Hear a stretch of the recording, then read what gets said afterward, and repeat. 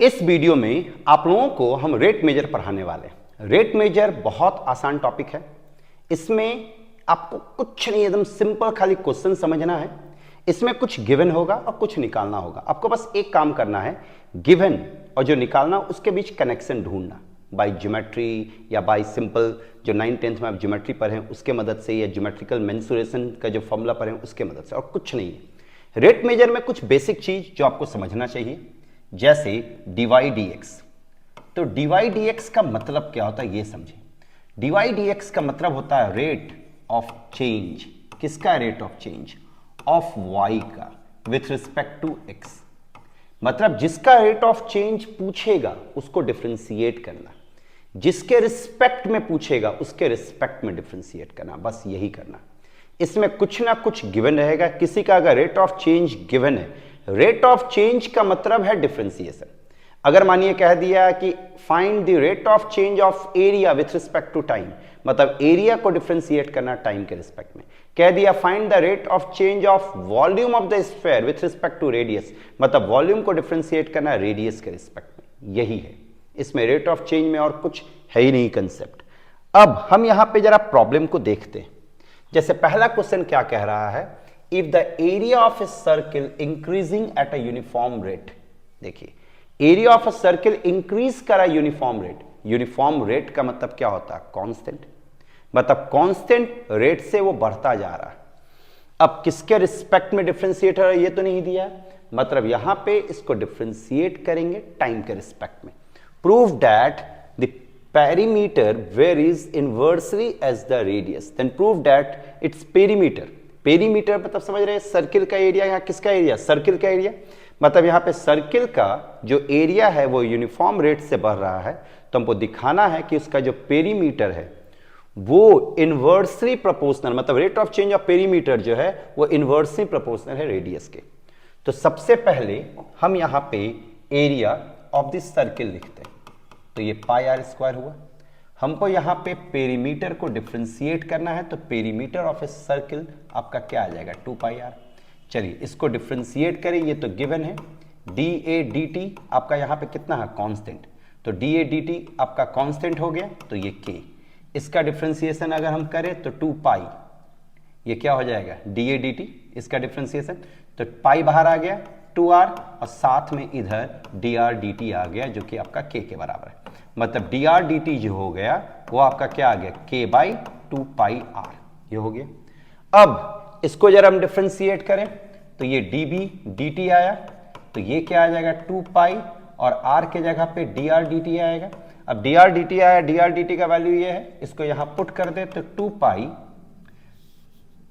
तो ये आ गया आपका 2 पाई इंटू, इसके जगह पे k divide by 2 pi r रखे, 2 पाई कैंसिल, तो k बाई r हुआ।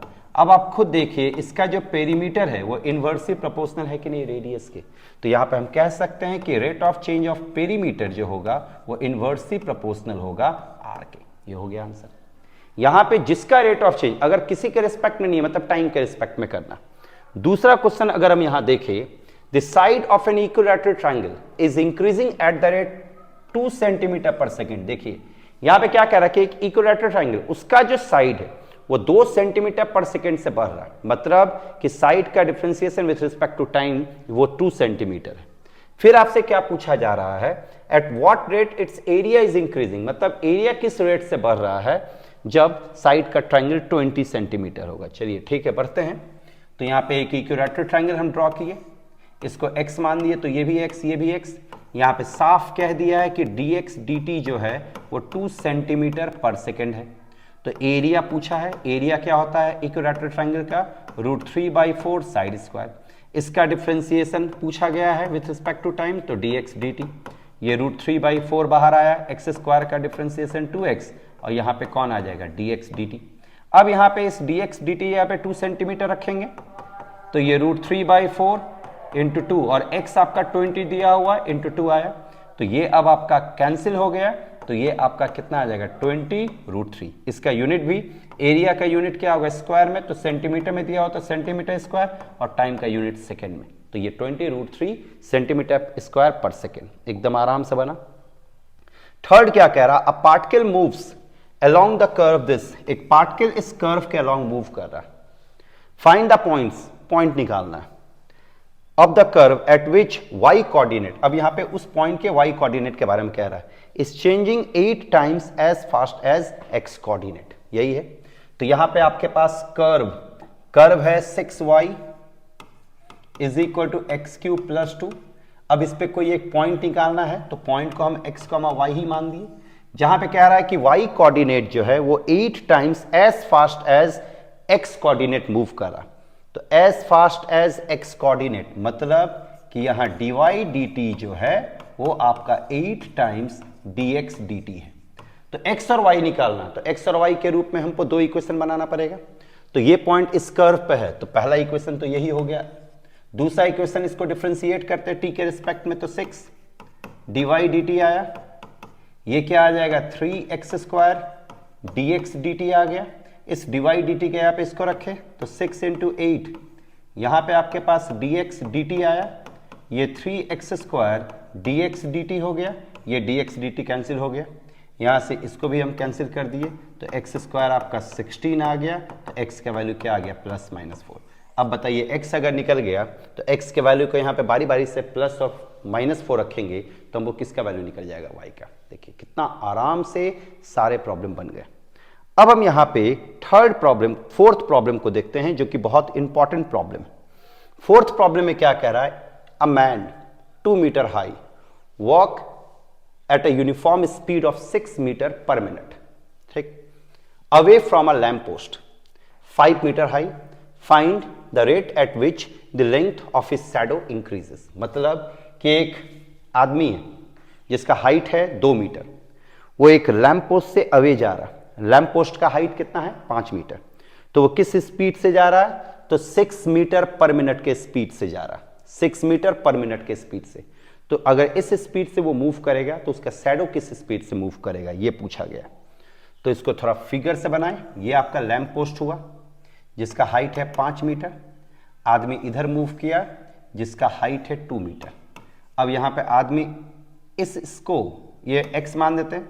तो ये जो स्पीड था उसका क्या था 6 मीटर पर मिनट. मतलब यहाँ पे dx dt दिया हुआ है 6 metre per minute, right. Shadow इधर ही बनेगा क्योंकि लैम्प पोस्ट तो इधर है. तो शैडो का लेंथ किस स्पीड से बढ़ रहा, मतलब आपसे क्या पूछा गया dy dt. तो dy dt पूछा गया तो यहाँ x और y के बीच आपको कनेक्शन ढूंढना.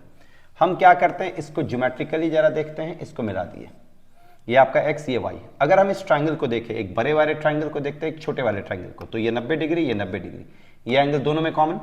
तो ऑटोमेटिकली ये एंगल और ये एंगल बराबर होगा, मतलब सिमिलर ट्रायंगल है. तो अगर ये सिमिलर ट्रायंगल है तो सिमिलर ट्रायंगल के कंडीशन से यहाँ का 5 हम लिए तो यहाँ का हम क्या लेंगे 2. नीचे का बड़ा साइड लिए तो बड़ा साइड का लेंथ क्या है x प्लस वाई. तो फिर इधर क्या लेना पड़ेगा y. क्रॉस मल्टीप्लीकेशन किए 5y is equal to 2x plus 2y हुआ. ये आपका 3y is equal to 2x हो गया. अब हम इसको डिफ्रेंशिएट करते हैं टाइम के रिस्पेक्ट में, क्योंकि टाइम के रिस्पेक्ट में पूछा गया है. तो 3 dy dt आ गया, इधर 2 dx dt आ गया. अब मेरे पास dx dt का वैल्यू पता है 6 है, तो ये 3 dy dt इधर 2 इंटू 6 आ गया.